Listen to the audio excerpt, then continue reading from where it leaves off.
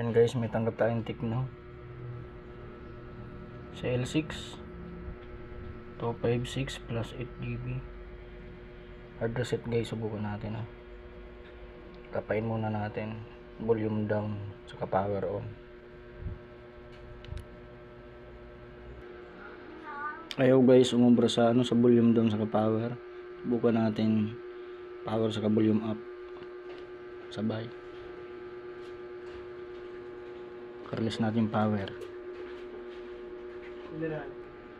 Ayan na, lumabas na no command. Subukan natin volume up, wala. Sabay natin volume up, power saka volume down. Yun,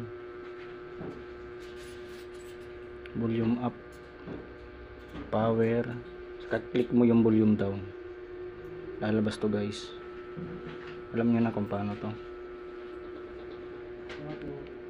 Wipe data na lang guys, tapos power on, factory data reset, power on.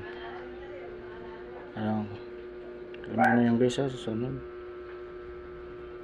reboot nyo na lang.